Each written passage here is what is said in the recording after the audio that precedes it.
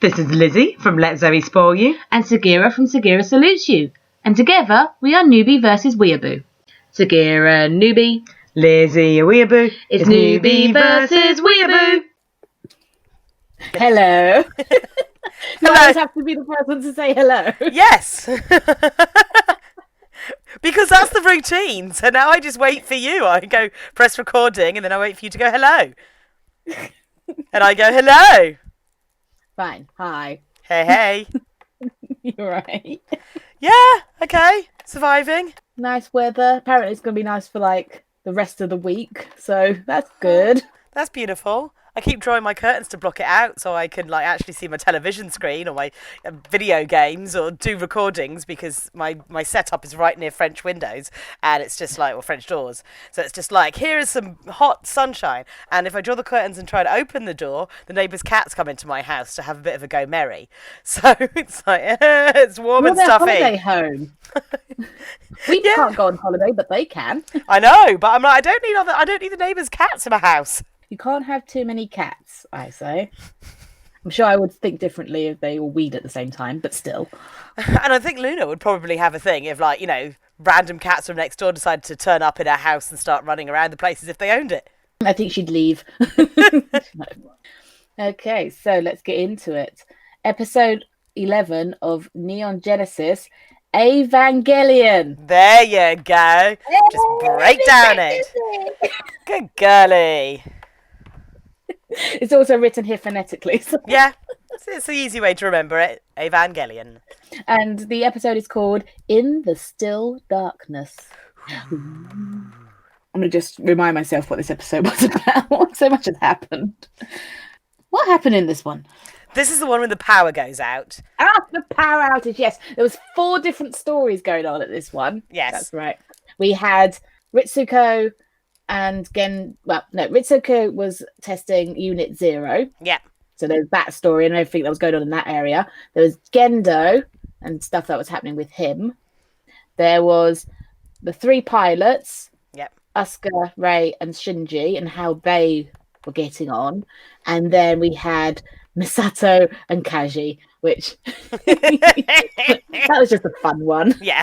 Before all the madness happens, we start in the city at the laundromat or the cleaners, where Ritsuko and 2 other people are cleaning the uniforms. I guess that's just an excuse for them to be out of HQ. Yeah. I mean, it's quite a normal thing for Japanese people to go to laundromats or have a collective, because so many Japanese apartments are so small that they don't have the tumble dryers and washing machines. It's the same place like Korea. So when I lived out there, you would live in an apartment building and on the roof was 1 washing machine, 1 tumble dryer, and you had to time it to go up and do your laundry. And if you couldn't be asked to kind of get the timing right, you would take it to the local laundromat. So it's a normal thing that there would be laundromats, and it seems that it's laundry day for some of the staff of Nerve HQ. It kind of gives it like a normality to the whole thing of like, oh, gotta go out and clean the uniforms because, you know, everything else is so mad that actually there is mundane things to do. But why Ritsuko is doing it when she's got more important things to do and she can send out her underlings to do it? Maybe she likes a bit of normality and all the insanity. Maybe she likes doing a mundane task that's kind of like just doesn't need her brain cells. And then from there, they jump onto the train where the deputy commander is sitting. He's starting to get a bit of a bigger role in this, isn't he? He's hanging around a bit more. And he doesn't seem to give any Fs about anything. He just wants to sit and read the paper. Yep. He's going off for his old man council meeting. They talk about an election that's happening. I assume that's important. I mean, it didn't come up again, but... I mean, it was kind of like a plot device so that I can't remember the name of, like, there's the 3 members of staff that work in Nerve HQ that you see a lot and they're in the opening, and I can't remember the names at the moment because I just never memorised them. But he's the other one that's like, so that he can have like that moment of where he drives the truck to Nerve. They're like, because that's what they do in Japan when there's an election, a weird car drives around the place with vote for blah blah on it and someone doing announcements. But yeah, they're saying that like the election is all a public show, but really they're just like figureheads with no real power because all the decision making of the city is done through the Magi, or the Magi as they pronounce it in this, which is a computer. It's 3 supercomputers. And do you remember what they were named? I don't say it in this episode, but remember I was talking about it in the last one. Oh, they were the names of the three kings. Yeah. Casper, Stretch, and Saxo. I know. It's like the other one have got like complicated names. It's like Malchior and Balthazar, something like that. I only ever remember Casper because it's easy to pronounce. After that, we go on to talk about testing Unit 0. Yep. And the deputy commander says, I have high hopes for your success. To which we then go to emergency. And mission abort. And it's all going wrong. So, yes. Well, the first thing you notice is obviously Ava Unit 0 is now blue. Yes. Yes. So it's all been patched up and upgraded. And they're obviously like testing it out to see if it will function now that it's had a bit of an upgrade and stuff. And it's blue. I like it when it turns blue. I'm like, that's a nice colour. That's a far better look. Yes. See, I think anything looks better in blue. Yeah. If you show me a picture of two cars exactly the same, one's in blue, I always go for the blue one. Yeah. Yeah, I like blue. So they're all panicking. Misato is in the lift and Kaji is running ahead, going, wait! And she's like, yep, hold it on, trying to press the closed door button. Yeah, like, don't let him in! And then the face she makes when she gets in, she's like, oh god, he got in the lift with me. So that sets up their little storyline. And they have playful jabs back and forth to show, look, they're still flirty and hate each other. And then from there, we cut to Shinji calling up his dad, who is clearly in a bad mood. He's not in the mood for this at the moment. And he doesn't want to be disturbed. But Shinji is trying to let him know about school because the school have told him that he should call him. And he's like, no, this is not my job. That's Misato's job. Yeah. Go away. But the line is cut short. Dun, dun, dun. Yeah, because it sounds like he's hung up. But Shinji doesn't think he has because it was halfway through a word, wasn't it? Yeah. And you don't tend to hang up when you're still talking. No. So he's like, okay, that's not right. And again, that's set up for what's going to happen. Misato and Kaji become stuck in the lift because all the power goes down. And Unit 0 has caused the power shortage, or so we think. Yeah. I like the way everyone looks at Ritsuko and she's like, wasn't me! It looks so sheepish for Ritsuko. The deputy commander, he's saying that we need to take power. And was it that he was suggesting that it was taken from the city? Or that it was taken from other parts of HQ? There's backup generators that are meant to be coming online to help power everything. As they keep saying, this kind of power cut should be feasibly impossible because there's backup generators and switches everywhere to stop this happening. Because they were saying that it was going to be taken from more vulnerable places, like places that need it more than they do. But he was going, I don't care, give me the power. Yeah, it's probably going to be taken from the city because we know that they used the city to power that mega rifle before. So they just kind of have areas they deem like this place is not as important as what we're doing, so we'll take their power. So then the city starts to shut down, and Asuka, Shinji and Rei, we see them walking along, going off to their day job, and they can't get into HQ because no power and everything's done with electricity because it's the future. So nothing manual anymore. Everything's done by electricity. And they can't get into work. At which case, most people will go, okay, and go home. But unfortunately, they do not have that option. No. They have to get in, as the fate of the world depends on it. Cut to Gendo, who's theorising that they have been sabotaged. Dun, dun, dun. Yes. Sabotage. And just to make everything more complicated, an angel is on its way. So and one of my least favourite angels from the entire series. Do not like spider angel. Yeah. Oh, this big, giant, daddy long legs, stabby legs, knees above its head, freaking eyeball body. I'm like, could you make anything more gross in your life than the freaking eyeball spider? Slowly going, ha ha! Look at my legs. My knees are above my head. I hate it. Hate this angel. It's my least favourite. Well, yeah, I mean, he is spooky looking, but we don't see much of him. We basically just see the legs. Yeah. Those are scary enough. Down. If I see a spider's leg, that's enough for me to know there's a freaking spider there. So I'm like, no, it's 2 legs of a spider. Ah! So the fact that you saw 4 spider-esque legs, I was like, no, I'm out.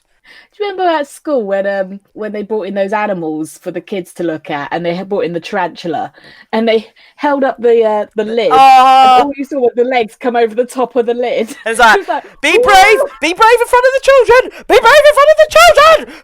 Oh look, this child's scared. I'll hug them. Oh, it was like it was like a hairy-fingered hand, wasn't it? Oh, it was horrible. Over. So I'm not too fussed about tarantulas, but that was creepy. That was creepy. It was just kind of like something's coming.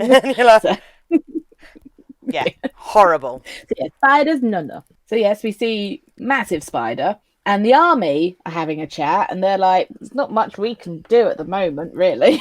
So basically being dicks, going, well, it's going to Tokyo 3, so why should we bother stopping it? We'll just leave it for them to deal with. And it's like, oh, you really don't like Nerve, do you? Well, it's kind of like they have this attitude of like, they've got their robots, what do they need the army for? They're too big for their britches, those guys. Yeah. I think it's that every time the army tries to do anything, they fail and don't actually make a splash. And they kind of like jealous that Nerve always one-ups them. So now they're like, well, fine, deal with it. No, we're just going to do nothing. Asuka, Ray and Shinji are trying to figure out what's happened and how they can get in, because they still need to go to their job. Asuka decides that she's the team leader. She's like, me, I'm in charge because I'm awesome, even though Ray still makes all the decisions. Yes. Well, it's that bit that basically they all have a manual on them for emergency situations, and Ray being the cool-headed, always prepared, logical thinking one. So it's like, oh, there's an emergency, we need to get in, there's an angel attack, quick, emergency brochure, what do you do in an emergency? Sits down, reads it, and Oscar's like, oh, where's my brochure? Where is it? And she's like, what's going on? And she's like, oh, it's an emergency. And then it's like, I'm the team leader, because I know what to do in an emergency. And it's just like, oh, you egotistical woman. Or child, really. But Ray saves the day, and she's like, yeah, you be leader, and this is what we're going to do. Yeah. It's like, oh, let's go, guys. It's that way. Oh, let's go this way. It's that way. It's just the whole way through, with Oscar getting more and more jealous and irate at Ray for being, Mrs. Perfect. So then we see shots of Spider Angel. 2 words that you wouldn't really put together. No. Spider Angel. No. Yeah. And the army decides, you know what, we do need to contact Nerve, because they don't seem to be responding in any way. Like, we see no movement, so let's go and tell them, because if it goes beyond Tokyo 3, we're screwed. So we meet a character called Makoto, and he's the guy who stood with all the washing trying to get back to HQ. I found out his name. Oh, well done. Yeah, he's one of the 3 that sits in HQ when everything's going on. And the 3 of them are going, blah, blah, blah, blah, blah, blah. And it's like, are you ever going to tell us these characters' names? But yes, okay, yeah, Makoto. We've got a name now for one of them. Yeah. Short-haired guy who's running errands for... Short-haired with glasses. Yeah, and he's running errands. So he's stuck in the middle of town, like, looking around like, what do I do? There's nothing working. I can't, like, trains run on electricity, and... there's no cars around. What am I going to do? And then the election van comes along. Yeah. He's like, hey, guys! So lucky! That's the whole point of the election, mentioning the election, just so that van could come along. Exactly. It's convenient plotting, So, all a setup for later on. So then, yeah, he jumps in that. And just before we go to part 2, we're back in the lift. And Misato is now stripping because... aircon is gone and everything's getting a bit sweaty, and she's stripping even though Kaji isn't. He's just kind of like, shirts on. Yeah. Boob sweat. Take your shirt off. Yeah. Boob sweat. They get hotter. And then Ritsuko is like, Gendo, he's so cool in these situations. Look at him, and he's sat there with his feet in a bucket of water. I love that, because the 2 of them are looking like they've done in every episode, properly like stern and stoic and in control. And it turns out the 2 of them are both hidden buckets that no one else can see. And then the lieutenant's like, this water is lukewarm. It's just like... Yeah, it's a nice little comedy bit for those 2. And then we go into part 2, which is called The Day Tokyo 3 Stood Still. Yes. Obviously referencing the very famous movie, The Day the Earth Stood Still. Indeed. And like the classic one, not the weird Keanu Reeves one that came out in, I don't know, the 90s or something. I mean the original one. The one when he comes out with a whizzy thing and they're like, quick, shoot him! And the whizzy thing was just like for taking temperatures or something. So we open up part 2 as the city's... Oh, we find out that as the city is self-sufficient, I haven't done my mouth exercises. As the city is self-sufficient, Self-sufficient? Is that Sufficient. self-sufficient? sufficient, bleh. As the city is self-sufficient, that's it. That's how I was going to say. You pronounced Evangelion right. You know what? We'll give you a pass for any other word. As the city can help itself, the blackout should be impossible because they have their own power. Yep. And they have their own backups and everything. So that's why they think they're being sabotaged. Yes. And also they come to the conclusion that they're being watched to see how they restore the power. Yeah, someone is testing them. They didn't realise that, like, an angel would turn up, but they should have really guessed it. But yeah, some other human factor is testing nerve. And although there's an angel about, this is the work of man. So it's not the angel that's doing this. No. It's a person. It's an organisation or one person or someone is doing this. So man is the greater enemy. Yes. Because they can infiltrate, whereas the angels kind of come along, try to infiltrate, and then get doomed. Man's worst enemy is man. They know what the angels are. They can see the angels from miles away, whereas this person can be sneaking around and is like dressed as one of them. So he's this person. We don't know who it is. There is a mole. There is a mole in nerve. Asuka, Rei, and Shinji, they're still trying to locate people, and they're walking through the vents and through the corridors and stuff.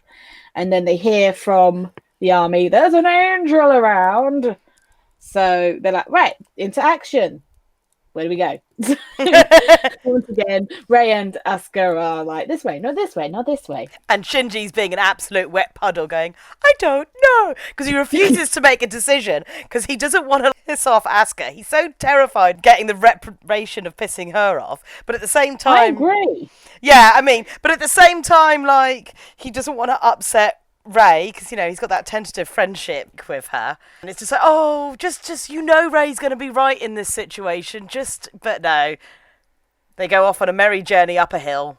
Before that, Shinji questions, why are they fighting the angels? What is it about the angels? Why they're fighting each other? So that question's now been brought up. So he clearly doesn't understand the history or hasn't been told the history of the angels. Yeah. Obviously, well...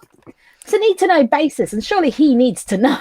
I think no one's really meant to know the true story of the angels, and they see them as just kids. So why would you tell kids? It's a very theological kind of question because it's called the nature of angels is that they were messengers from God.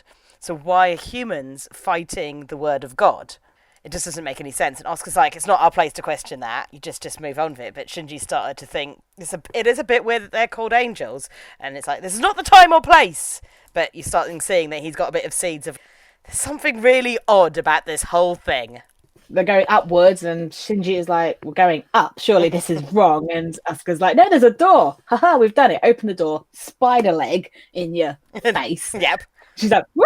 Well, I found it, so yay for me. Yeah, I love how she turns that around. It's actually, they've walked so far underground, then she makes them walk all the way back to the surface. You see that, then you see the body come on, and it's just made up of eyeballs, and it's like, well, Spider can see you too. And she's like, I have confirmed visually that there is in fact an angel. Now we better go deal with it. Yeah. Nice save, Oscar. Nice save. Cut to Gendo, who says he's going to launch the Avas with the backup power, but there's no pilots. So what are they going to do? And by backup power, he means manpower. Yep. Because there is no backup power at this point. It's manual, and there's some diesel fuel that they're going to use to get the Avas just initially off the ground, really. They say like that, but there's no pilots. So what's he going to do? At this point, I was like, maybe he's going to pilot them all, like, because he Gendo in action. But no, it has to be a 14-year-old. We know this fact. And it has to be one of the children, like the first child, third child. So then we go back to Asuka, who now starting to antagonize Rei. She's going, yes, they're perfect. You get special treatment. Meh. Of course, Rei's not reacting because that's Rei. Yeah. She isn't ignoring because she makes that point because Asuka gets really annoyed and is like, hey, why aren't you paying attention to me? Why aren't you listening? She's like, well, I am listening. And I can assure you, I have not got special treatment. And she technically doesn't. I mean, the amount of injury she comes out with. Yeah. If she had special treatment, they'd be like, this is too dangerous. Yeah. We'll put one of the other pirates. And you've seen where she lives. She's not exactly having a happy home life. Oscar and Shinji get better treatment than her because she's just living by herself in the worst part of town with her bloody pillow and bandages and a pair of broken glasses. So all Asuka sees, I mean, Shinji knows that because he's been to her place, but as far as Asuka knows, all she sees is this girl getting nice times with Gendo, but she doesn't know the fact that the first time Shinji saw her, she was in a coma, all bloodied and thrown on the floor, and like, get in the robot, off you go. Yeah. Ritsuko has faith in the children that they will be there in time, and so but that's because Gendo has faith, and it's like, well, if Gendo says, then cool. Our almighty leader there. And the kids at that point, they're like, they'll get here, and then they look up, and it's like wall and door melted, merged. It's just a mess of a wall, basically. They're like, well, Shinji's like, I'm not going to be able to open that with my hands. So Rei comes up with the plan to go through the vents. Again, a Rei plan, not a Asuka plan. And Asuka's like, okay, so how do we do that? Trying to make it out it's her plan. When they're setting up the robot, or the Avas, Gendo actually gets stuck in and helps. He's determined to get these robots, or these Avas, out. So he's there pulling on the ropes and, blood, sweat and tears. And Ritsuko can hear fighting in the vent. She's like, what's that noise? Don't look up! What are you doing, you pervert? Shinji looks up because Asuka is crawling in front of him in the vent, and she's like, you idiot, you idiot, you idiot. She's kicking him in the face. And he's like, if I don't look where I'm going, how do I know where I'm going? I'm not trying to look at you up your skirt. Oh, Asuka. But this makes the vent open and fall, and they're all there, and she's like, there you are. Great. The best bit about that is the way that Oscar and Shinji fall down in this heap, and then Rei lands perfectly, like, ta-da, poised, dignified. No wonder, like she's seen as Miss Perfect because, she isn't a sprawled mess of, like, gibbering teenagers on the floor. And then Shinji looks up to see his dad getting stuck in and helping. So this is, like, another side to Gendo of he's not just a man who stands there and points and orders. He actually, cares enough to get involved and get the job done. So many sides to Gendo. He's like a dodecahedron. So many sides. So they manually release the Avas by basically the Avas pushing their way out. They're like, nope, not staying here anymore. And they crawl through some ducks as well. While poor Oscar's just like, this is so undignified. So undignified. This is so undignified the whole way. It's like, this girl never shuts up.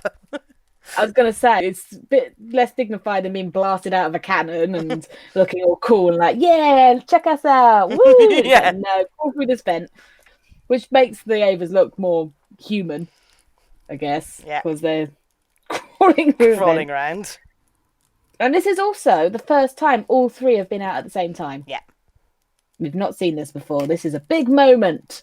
So then they're crawling upwards towards the surface, but then suddenly this like acidic goo starts to come down. Yep. And it makes Asuka slip because she's at the top. So she slips on that, who then hits Rei, who then hits Shinji. But Shinji manages, with all this weight on top of him, to stop them from sliding all the way down. Yep. And they find a really convenient little vent that just so happens to house them. It's probably the vent they crawled out of, if you think about it. Because they crawl out of a vent and start going up. And then they've been pushed all the way back down. He kind of saves them, and they get back in the vent. Yeah. Maybe. Yeah. So then they're all sat there going, what are we going to do? Because we have 3 minutes until everything just shuts down. And they've dropped the weapon down from slipping.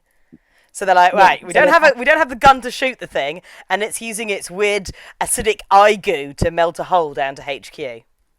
Gross spider creature. Gross. Asuka comes up with a plan. She's like, right, we have defense, goes up, stops the goo. Then someone goes down, gets the gun. That person moves, shoot up, and then we've got some backup as well. And Rei's like, I'll do it. I'll be defense because that's the most dangerous job. And also, Asuka's like, no, me. I will do it because I have to show you that I'm brave. And since last time when Shinji saved me, I now have to save him. So scores will be equal. Yes. And it all works. It all goes off without a hitch. Misato and Kaji are freed. And embarrassed. Because poor... embarrassed, yeah. So they do end up in the parliament on top of each other. I think she's on top of, like, Kaji, like, trying to get out the hatch in the roof because she's desperate for a wee. And then she's like, I'm going to wee! The planet's going to explode at any minute! And then, obviously, the power comes back on, they tumble, and it's all very undignified. And then it cuts to the last scene, which was Asuka, Rei, and Shinji all sat on top of a hill and watching the power return to the city.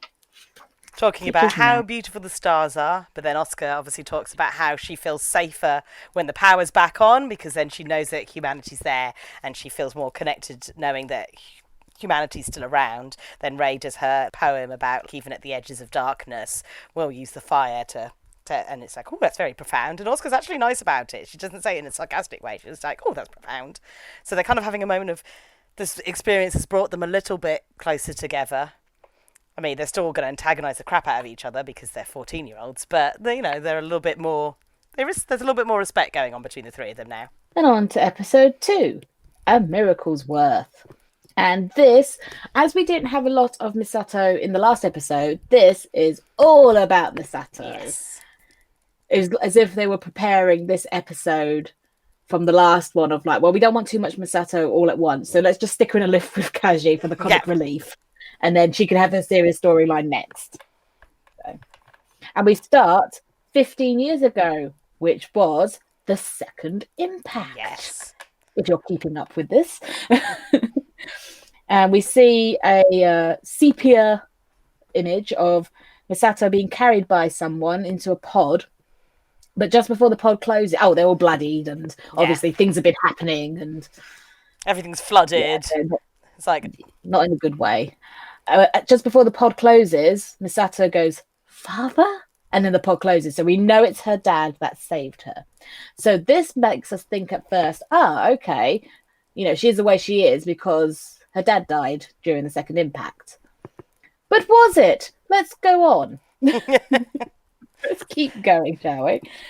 Back to present day, and Misato, we see the cross that she was wearing at that time, so we know that this is something that she's hung on to this whole time.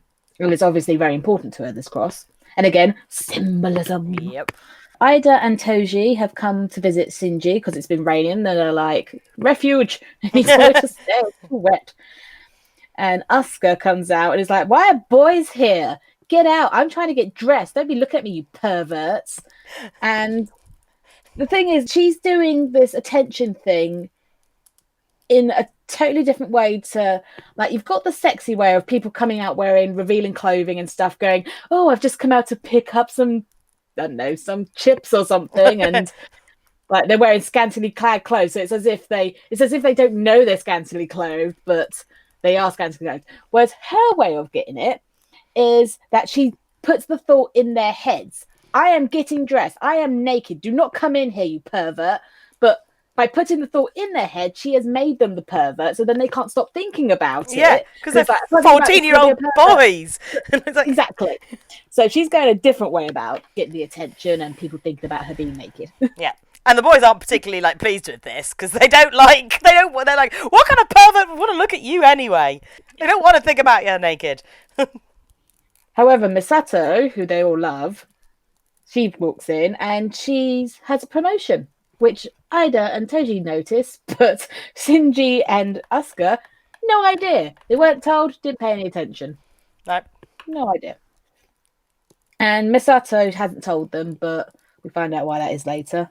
All the pilots are now in their pods, in a pod anyway, and they're testing contamination depth. Yeah. So, any particular contamination or just find out later? Regular... Huh? You'll find out later. Oh, okay. Contaminate. It's the first time you hear contamination, but you don't really know the repercussions of what contamination is until a little bit later on in the series. So I don't want to spoil anything until it comes up again. Okay, cool. Because at this point we just think that they're just testing the pilots, but no, it's for reasons. Yes, well, to see if they can be contaminated. Well, then that's interesting because the pods that they're in look a little bit like the pod that Misato was in. Yes. Well done! Look at you! Noticing that the plug cores are very similar to design to the things that she was in and the things that were scattered around in the past. I haven't even... That wasn't even a note. I literally just thought of that now talking about it. I'm like, I just figured out something. I've been doing that a lot with this. I'll be listening back to past Newbie versus Weeaboos where we're talking about stuff, where I'm editing it. And I'm like, that links onto this. And, they talk about that later. And, Yes, so yes. I'm trying to come up with stuff from editing. It's very exciting when you figure something out. One of the people in the testing area says about Shinji, looks like this kid was born to pilot an Ava. Maybe because he was. Mm. Dun, dun, dun. Dun, dun, dun. And from this, it's kind of... I said in another episode that I didn't want to start saying predictions and stuff in case it was right, in case it was wrong, whatever. But one word keeps coming back to me. And you don't have to do a reaction to this. I'm just going to say it. Clone. And that's all I'm going to say right now. But cloning, I feel like, has something to do with this. I could be right, could be wrong. But that's the thing that I keep thinking is a possibility. Okay. I've thrown it out there now. So Shinji and Misato talk about the promotion that Misato got. Shinji asks, why does Asuka hate me so? Poor little Shinji. Poor boy. When they get back to the apartment, Ida has thrown a party for Misato and her promotion. And this just causes arguments amongst all the children, apart from Shinji. Yeah. So they're all yelling and screaming and disagreeing and whatnot. And he's just sat there, not taking the bait, not joining in. No. And Misato is like, nah, what, you okay? Like, not joining in with this? And he's like, well, I just don't see the point. Yeah. You find out how similar they are, and they have that discussion about how they don't like the fanfare and being put in the limelight. And Shinji's like, I don't deal well with social situations. And he's just like, he doesn't like all the noise and screaming. And in all honesty, that'd be my worst kind of party as well, because I'm like, they're shouting and screaming over nothing, just being annoyed that there's other people there that isn't them. Yeah. And Shinji's like, he just doesn't see the point. He doesn't want to get involved with this shenanigans. And then Kaji arrives with Ritsuko, and the women are like, you bought Ritsuko? What the hell? Why are you two turning up together with the outrage? Yes. Oh, suspicious. You just left work at the same time and travelled together, did you? And it's like, Ritsuko's just like, yeah. Yeah. I love it. She does, yeah. She's like the Ray of that relationship, you know. She's like the calm, doesn't rise to what everyone's insinuating or anything. She just, yeah. And they talk about how Gendo is at the South Pole, having a lovely time. Yep. Beautiful time. So, remind me, was the second impact in the North or South Pole? South, in Antarctica. It was South. So they've gone along to have a look at how things are doing, what's about. Yep. See if they can find any more clues about angels and stuff. They compare it to the lands of hell because nothing can survive there anymore, and it was destroyed in a way that nothing will ever survive there again, and it's just an empty wasteland and just a sign of like the horrors of the second impact. Which is a very good description. Yes, it does look hellscapey. And then an angel is detected. And it's huge. Possibly the biggest one we've seen so far. Yes. As it is orbiting the Earth. Yep. This angel is literally in space and it's going, ha-ha! Gonna get you now. Boo. And it produces an AT field of the likes they've not seen before. Or something. Like it's a really powerful AT field. Yeah. And it's firing it downwards, and it like hits the ocean, then it hits land, and what they notice is it's coming slowly towards us. Yes. So it's basically doing test runs where it's kind of dropping parts of itself to see like what kind of impact it could make and working out so that it knows where exactly to drop itself to destroy them. Because of this, also we should mention that because Gendo and the deputy commissioner are not there, they're both, as we said, at the South Pole. Misato is pretty much in charge at this point with her promotion. She's now Major Katsuragi. Yes, a major. So she's now in charge of everything, and she decides to evacuate the city within a 50-mile radius and plops the city safely underground. Yes. Yeah. She's good thinking. I do like the fact that there's a nice evacuation plan and everyone seems to be evacuating. And you hear little snips of dialogue like prioritize area 5 and 7. So you start thinking, like, is that where the more important people are from or the less important people are from? And it gives a nice bit of world building that there's plans and contingencies in place for evacuations from this city, and everyone kind of leaves in a nice orderly fashion. Orderly, just yeah, well, the return not so much, but you know.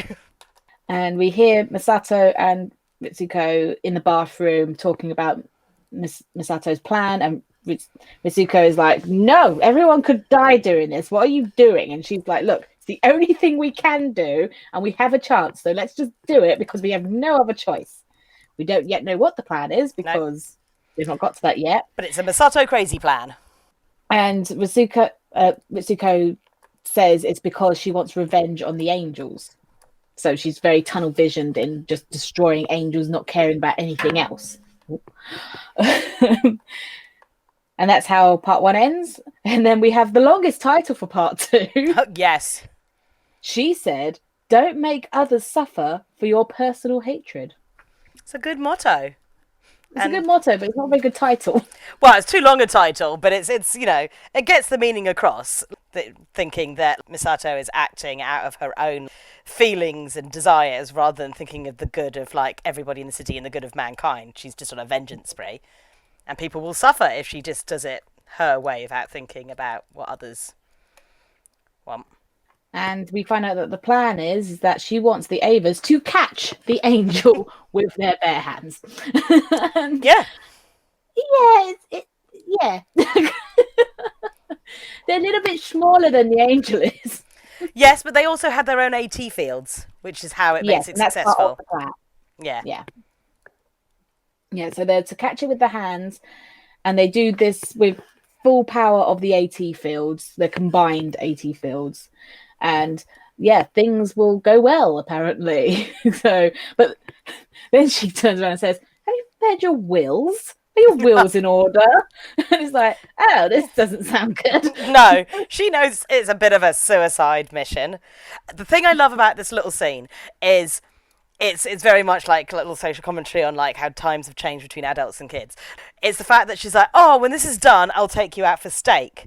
And obviously Shinji and Asuka are like, that sounds amazing, yay, happy face. The minute she's turned, you see them kind of go, and you see like them being less impressed by it, and Asuka talks about how, oh my goodness, how out of touch with this current generation is that you still think that going out for steak is an exciting thing. It's like times have changed. How poor did they used to be? And the whole idea is like going out for steak in Japan used to be a big deal because it's something you could only do if you could afford it. But because times have changed and stuff, and like meat's a bit more readily available, it's not the same kind of like, oh my god, a steak, amazing. There's so many other things that you can do. And they're like, oh, but you know, they still sold it because they wanted Misato to think that she was giving them a really nice treat and stuff. And then you hear Ray's saying that she doesn't like meat. And you're like, ah, interesting. Well, they call Misato the second impact generation. Yes. And that's true. I mean, they wouldn't be part of that generation because they were born a year after it happened, because they're only 14. It happened 15 years ago. Yeah. So, yes, different generation entirely. Yes, and the way that Ray says, I don't like meat, it was very, I don't know, it didn't ring true. I don't know, there's something else about it. I think the way she said it. Yeah. I always think that I can't say anything later. If we remember this line later. But let me circle it. And then I'll come back and I'm like, why did that get circled? I know. And I'll be like, actually, the grand scheme of things, her not liking me is not, you know, the most major thing we should be focusing on now. But yeah, it's just like, it's a weird little truth that you just don't expect. She's made a decision for herself and she has chosen that she doesn't like meat.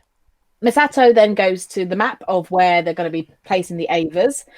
And how did you come to this conclusion? Oh, woman's intuition, of course. Yes, I think they should go there, and that is where they shall go. It's like, oh, talk about a lucky guess. But... Yeah, I love it. If you look at it, and it's like, it can end up anywhere in this area, so just really run around this area really quickly, so if it gets closer, you can get to where it's stopping. And it's just like, so literally just run around mentally for a bit and hope you catch it. It's like, Are your wills in order? Asuka and Shinji talk about why they became pilots, and they're going up in the lift at this point.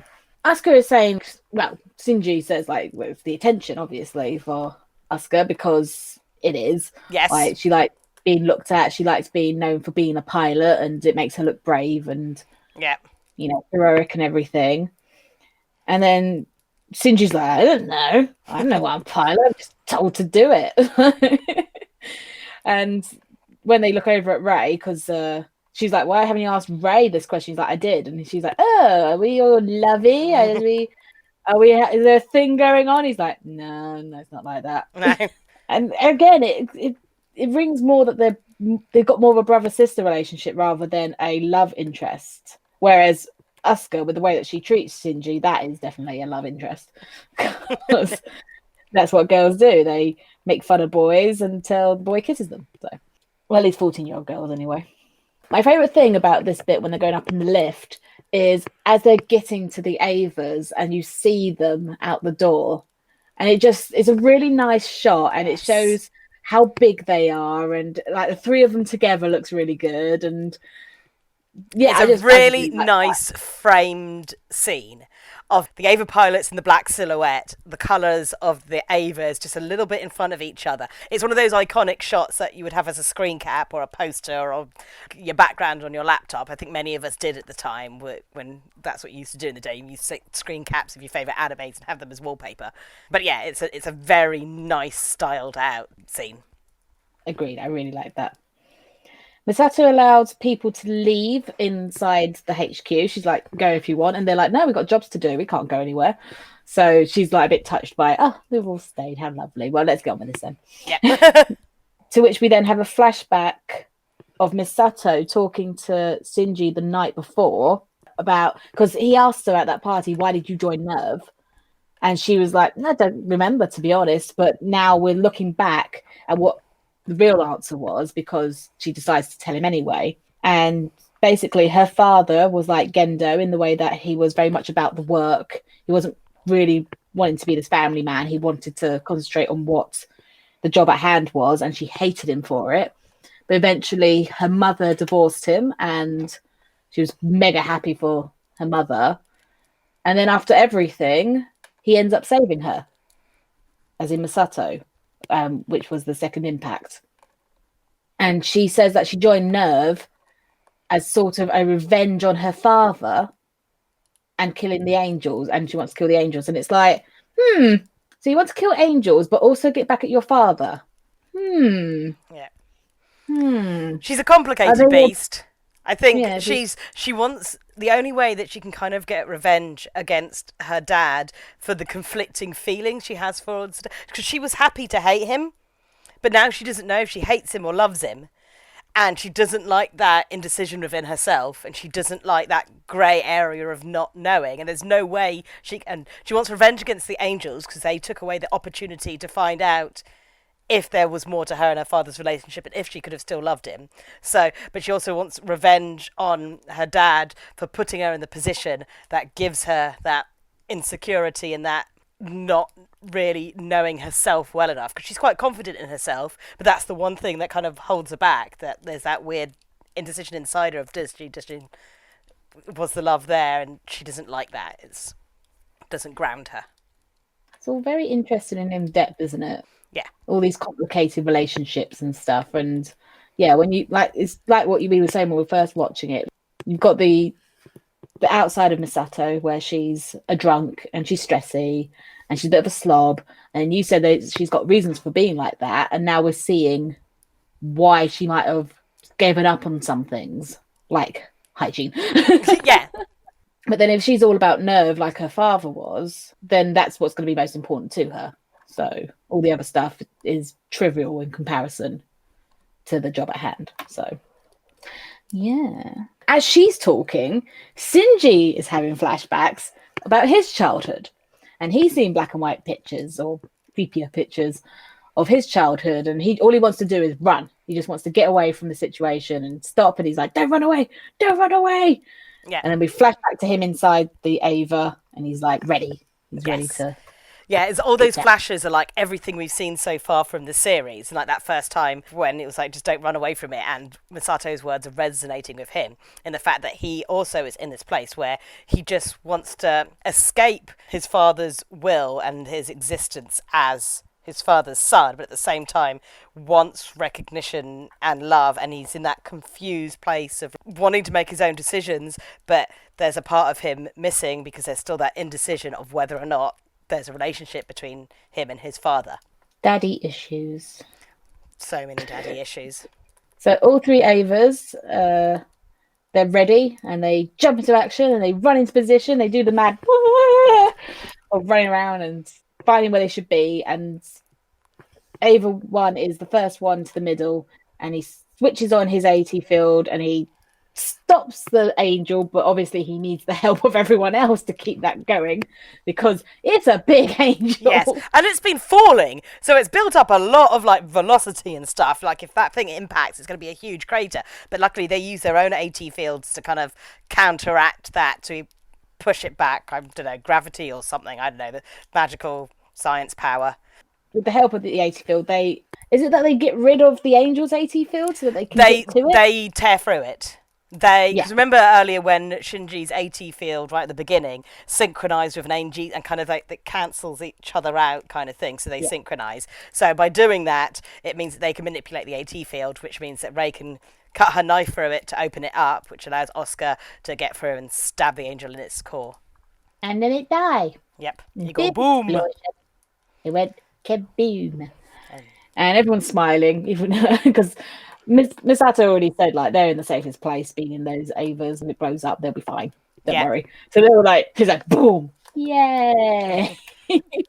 And then from that, the three of them are still with Misato, and Gendo decides to give a little bell on the phone to congratulate Misato, but also he congratulates his son, which is lovely. Yes, he acknowledges Shinji's existence and also says, yeah, that was a good job. Well done for catching an angel. I'm not entirely sure why this is the first time he decided to say well done when he's done a lot of other awesome things. But I think this is one of the first times that Shinji was like, I'm getting in this thing, I'm doing my job, and he didn't hold back or feel or ask any questions about why he was doing it. He got the job done and he did it successfully. And also, this is the only job where they have been told to make out wills and all that. So this is the closest to death that they probably have come. Yeah. In the entire series. So maybe Gendo realized that and was like, oh, well, maybe I should congratulate my son while he's still here. I mean, not at any point does he say my son. He always refers to him as the pilot. Yes. But still, it was a nice moment for Shinji. And then on the train, going to their treat, Misato realizes she's got no money because it's payday tomorrow, so she's broke. So Asuka kindly says, well, let's go out for some ramen instead. Ramen. And Rei's there. Rei's with them. That's nice. That's because, as Asuka says, like, I know that your bank account's really low, so we chose ramen because it's nice and cheap. And also, Rei said that if we go for ramen, she'll come. So they all go, yay, ramen. And you know what? Ramen is amazing. It's cheap and delicious. I love ramen, and it looks good. I was like, oh, yeah, I could eat some ramen with extra pork. All anime food looks good. Yeah. It's because Japanese food is good. From that experience that he's just had, Shinji realizes that the reason why he pilots Ava 1 is so that he can get that recognition from his dad, because it made him feel really good to hear his dad acknowledge what he has done. So he's like, that's why I do it. I want my dad to recognize me. Yes. It's not a true smile on his face. He's got a slight, not wild smile, but there's something not right in the way he smiles at the end of that episode. Yeah. Well, Asuka ruins everything by calling him a dummy for thinking such thing. However, she gives the same reason as to why she pilots it. He's trying to get his dad's affection. She's trying to get everyone else's. So they kind of doing it for the same reason. Yes, but at the same time, everyone kind of knows that there's more to why Shinji's piloting it. It's like doing it just for his dad's approval is not the best reason, and also there's more to it than that. Shinji wants to be separate from his dad, but wants his approval. I think he's just telling himself that now. It's his own naivety that's given him that conclusion. And credits. There we go. And on to episode 13. Yes. Yes. Episode 13. There we go. About halfway through now. Ooh. Yes, like I say, it's taken me ages to get through these episodes now because I'm writing down every damn thing that is said, every little nugget of information, even if it may not mean anything later on. I have to write it down just in case, because there are times that you've said, have you noticed such and such? And I was like, no. You're like, well. And then the whole big plot comes out. It's like, need to notice this. I'm so proud of you for noticing the Misato's in the Ava things. It's like, wait a minute, those pods look familiar. And I'm like, yes, they do. Ooh, I wonder what they were doing in Antarctica with pods. But again, that was through doing this and talking about it. Because if I had just watched it, then because I didn't write it down as a note, so I would not have noticed that. But because we talked about it and we focused on it, I was like, oh, it's the same pod. Yes. You also get the first shot of a bit of what that second impact angel looked like, and it comes out with those big wings kind of coming out. And they look almost like dragonfly wings, but it's just like, oh, it has wings. For all the times that they've said like angel, nothing's actually had wings yet, and this is the first time you see wings from an angel. Yeah, it's literally that first that impact bit is literally all hell being released, but also kind of beautiful.